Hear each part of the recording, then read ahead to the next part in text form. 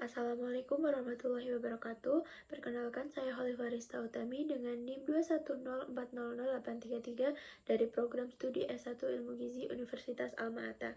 Untuk memenuhi tugas akhir pada blok Bioscience 2 ini, di sini saya akan sedikit menjelaskan tentang patofisiologi diabetes mellitus. Semoga bermanfaat. Patofisiologi diabetes mellitus. Definisi dari diabetes mellitus sendiri yaitu sindroma metabolik kronis yang ditandai dengan hiperglikemia karena penurunan sekresi insulin. Insulin tersebut fungsinya untuk dapat mengatur kadar gula di dalam darah. Faktor resiko diabetes mellitus yang pertama yaitu faktor keturunan. Diabetes mellitus sendiri bukan merupakan penyakit keturunan, tetapi keturunan menjadi faktor resiko untuk terkena diabetes mellitus. Yang kedua yaitu pola makan tidak sehat. Yang ketiga yaitu kurangnya aktivitas fisik. Yang keempat yaitu konsumsi obat yang menaikkan gula darah. Yang kelima usia lanjut sudah lebih dari 45 tahun. Dan yang keenam bagi bayi yang memiliki berat lahir lebih dari 4 kg, faktor resiko untuk terkena diabetes mellitus lumayan tinggi. Dan yang terakhir yaitu untuk seseorang yang memiliki IMT lebih dari 23 kg. Gejala-gejala pada diabetes mellitus. Yang pertama yaitu poliuria, seringnya buang air kecil. Yang kedua yaitu polifagi, sering merasa lapar dan ingin makan terus-terusan. Yang ketiga yaitu polidipsia, seringnya merasa haus. Yang keempat yaitu loose weight, kehilangan berat badan dengan sangat cepat. Diagnosis untuk diabetes mellitus. Yang pertama yaitu kadar gula darah sesaat, biasanya lebih dari atau sama dengan 200 mg per dl. Yang kedua yaitu kadar gula darah puasa, sudah lebih dari atau sama dengan 125 mg per dl. Selanjutnya yaitu kadar gula darah TTGO atau tes toleransi glukosa oral lebih dari atau sama dengan 200 mg per dl. Berikut saya tampilkan untuk tabel kadar glukosa darah sewaktu dan puasa sebagai patokan penyaring dan diagnosis diabetes mellitus yang saya dapatkan dari Perkeni pada tahun 2006. Klasifikasi diabetes mellitus. Yang pertama yaitu insulin dependent diabetes mellitus, IDDM atau yang biasa disebut dengan DM tipe 1, merupakan kerusakan sel beta pankreas karena proses imunologi sehingga menyebabkan defisiensi insulin absolut. Orang dengan DM tipe 1 seumur hidupnya harus selalu melakukan suntik insulin. Bila tidak melakukan insulin, maka gula darahnya akan selalu naik. Selanjutnya yaitu diabetes mellitus tipe 2 atau NIDDM, non-insulin dependent diabetes mellitus, merupakan resistensi terhadap insulin akibat berkurangnya reseptor insulin atau gangguan interaksi reseptor insulin. Orang dengan tipe 2 insulinnya cukup, tetapi dari insulin itu tidak semuanya dapat bekerja dengan baik. Bisa hidup tanpa insulin asal dapat mengontrol diri untuk tetap pola hidup sehat. Karakteristik pada diabetes mellitus sudah saya tampilkan di layar. Yang pertama, untuk umur kejadian. Pada diabetes mellitus tipe 1 biasanya terjadi pada usia lebih dari 30 tahun, dan untuk yang tipe 2 biasa terjadi kurang dari 30 tahun. Untuk riwayat keluarga, untuk tipe 1 sendiri itu jarang, untuk tipe 2 itu ada. Lalu untuk berat badan, bagi para penderita diabetes mellitus tipe 1 biasanya lebih banyak penderita yang kurus. Lalu untuk tipe 2 biasanya lebih banyak penderita yang gemuk. Untuk ketoasidosisnya, untuk tipe 1 sering, untuk tipe 2 jarang. Untuk pemberian insulin pada diabetes mellitus tipe 1 itu selalu, dan pada diabetes mellitus tipe 2 itu tidak harus dan bila hanya diperlukan saja. Autoimunnya pada diabetes mellitus tipe 1 itu ada, dan pada diabetes mellitus tipe 2 itu tidak ada. Prevalensi bagi diabetes mellitus tipe 1 yaitu 0,5%, lalu pada tipe 2 yaitu 5%.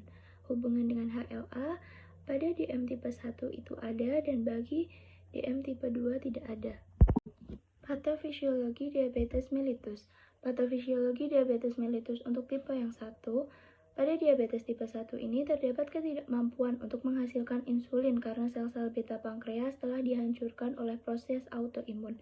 Jika konsentrasi gula dalam darah cukup tinggi, maka ginjal tidak dapat lagi menyerap kembali semua glukosa yang tersaring keluar.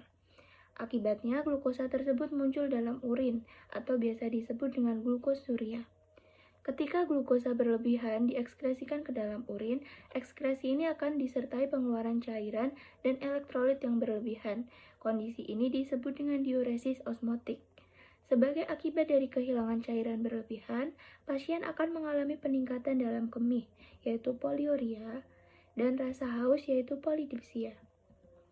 Defisiensi insulin juga akan mengganggu metabolisme protein dan lemak yang menyebabkan penurunan berat badan. Pasien juga dapat mengalami peningkatan selera makan atau polifagia akibat dari menurunnya simpanan kalori. Pemberian insulin bersama dengan cairan dan elektrolit sesuai kebutuhan akan memperbaiki dengan cepat kelainan metabolik tersebut dan mengatasi gejala hiperglikemia serta ketoasidosis. Selain itu, diet disertai pemantauan kadar gula darah yang sering merupakan komponen terapi yang sangat penting. Patofisiologi diabetes mellitus tipe 2. Pada diabetes tipe 2, terdapat dua masalah utama yang berhubungan dengan insulin, yaitu resistensi insulin dan gangguan sekresi insulin. Resistensi insulin pada diabetes tipe 2 disertai dengan penurunan reaksi intrasel. Dengan itu, insulin menjadi tidak efektif untuk menstimulasi pengambilan glukosa oleh jaringan. Untuk dapat mengatasi resistensi insulin dan untuk mencegah terbentuknya glukosa dalam darah, harus terdapat peningkatan jumlah insulin yang disekresikan. Manifestasi klinis pada diabetes mellitus. Yang pertama yaitu untuk diabetes mellitus tipe 1, yaitu penurunan berat badan yang cepat, dehidrasi, muntah, sering haus, ketoasidosis, lalu ketosis spontan, mengancam nyawa kematian, dan ditemukan tanda autoimun. Untuk DM tipe 2, penurunan berat badan yang tidak terlalu signifikan, poliuria, polidipsia, polifagia, lalu penglihatan kabur, dan yang terakhir yaitu infeksi kulit berulang. Komplikasi akut dari diabetes mellitus. Yang pertama yaitu hipoglikemia. Didefinisikan sebagai keadaan klinik gangguan saraf yang disebabkan menurunnya kadar glukosa darah. Penyebabnya yaitu obat golongan sulfonilora, makan yang terlalu sedikit, berat badan yang terlalu turun, lalu suntikan insulin yang tidak tepat. Untuk tanda-tandanya, lapar, mual, tensi turun, lemah lesu dan sulit bicara, keringat dingin pada hidung dan tangan, serta jantung yang berdebar-debar. Selanjutnya yaitu hiperglikemia, merupakan sebuah keadaan klinik gangguan saraf yang disebabkan naiknya kadar glukosa darah. Penyebabnya yaitu masukan kalori yang terlalu berlebihan, penghentian obat oral atau suntik insulin. Untuk tandanya yaitu kesadaran menurun disertai dengan adanya dehidrasi, lalu ketosis atau asidosis. Selanjutnya yaitu hiperglikemik non-ketotik atau HNK. Didefinisikan sebagai kadar glukosa darah naik ditandai dengan hiperosmolar, dehidrasi berat, dan tanpa adanya ketoasidosis. Penyebabnya yaitu obat-obatan diuretik pankreatitis, usia lanjut, adanya infeksi, serta adanya sakit ginjal atau jantung. Ditandai dengan apatis atau koma, lalu dehidrasi berat, lalu tidak ada bau aseton yang tercium dari pernafasan.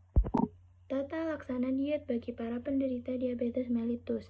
Yang pertama yaitu intervensi 3J, yaitu jumlah, jenis makanan, dan jadwal makan. Yang kedua yaitu intervensi edukasi pemilihan makanan. Yang ketiga aktivitas fisik yang rutin seperti berolahraga. Yang keempat yaitu rajin minum obat atau suntik insulin.